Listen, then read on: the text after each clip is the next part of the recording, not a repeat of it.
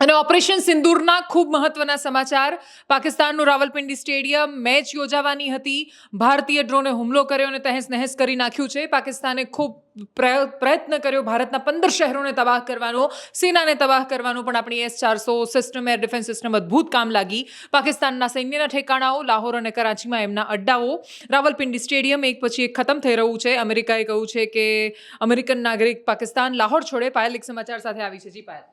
રાવલપિંડીનું જે સ્ટેડિયમ હતું એ ઉડાવી દીધું. અત્યાર સુધી આપણે ઓપરેશન સિંદૂર જોયું, હવે આ ઓપરેશન સિંદૂર 2.0 માનવામાં આવે છે, કારણ કે રક્ષામંત્રીએ પણ એવું કીધું આજે રાત્રે મેચ હતી અને ત્યાંથી જે દ્રશ્ય આવી રહ્યા છે એ ભયાનક છે.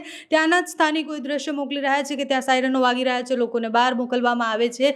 રાવલપિંડી સ્ટેડિયમની બહારના પણ દ્રશ્યો અત્યારે જ સામે આવ્યા છે. એના સિવાય અલગ અલગ રીતના આખા વિષયને લેવામાં આવે છે કે એ લોકોએ 15 જગ્યા પર હુમલો કરવાની કોશિશ કરી, એ ફેલ રહ્યા, પણ એની સામે આપણે એમની આટલી વસ્તુ ઉડાડી દીધી છે. એક્ઝેક્ટલી. એટલે બહુ જ મહત્વની વાત એ છે, પાકિસ્તાનના પ્રધાનમંત્રી શાહબાઝ શરીફે હમણાં જ એસેમ્બલીને સંબોધી, ગઈકાલે પાર્લામેન્ટને સંબોધી હતી.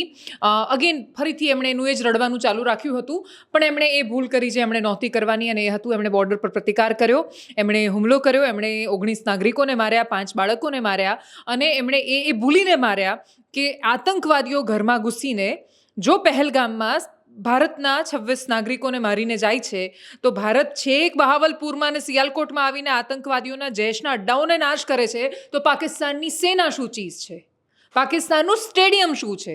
અને એટલે જ ભારતે એની બરબાદી શરૂ કરી છે. શાહબાઝ શરીફ ઇમરજન્સી મિટિંગ બોલાવી છે, આખા પાકિસ્તાનમાં ઇમરજન્સી જાહેર કરી દેવામાં આવી છે, એર સ્પેસ ખાલી કરી દેવામાં આવી છે. હજુ પણ જો પાકિસ્તાન યુદ્ધની તૈયારી કરશે તો લખીને રાખજો, જે આપણે વોટ્સએપ મેસેજમાં લખતા હતા કે નકશા પરથી નામ મટી જશે પાકિસ્તાનનું.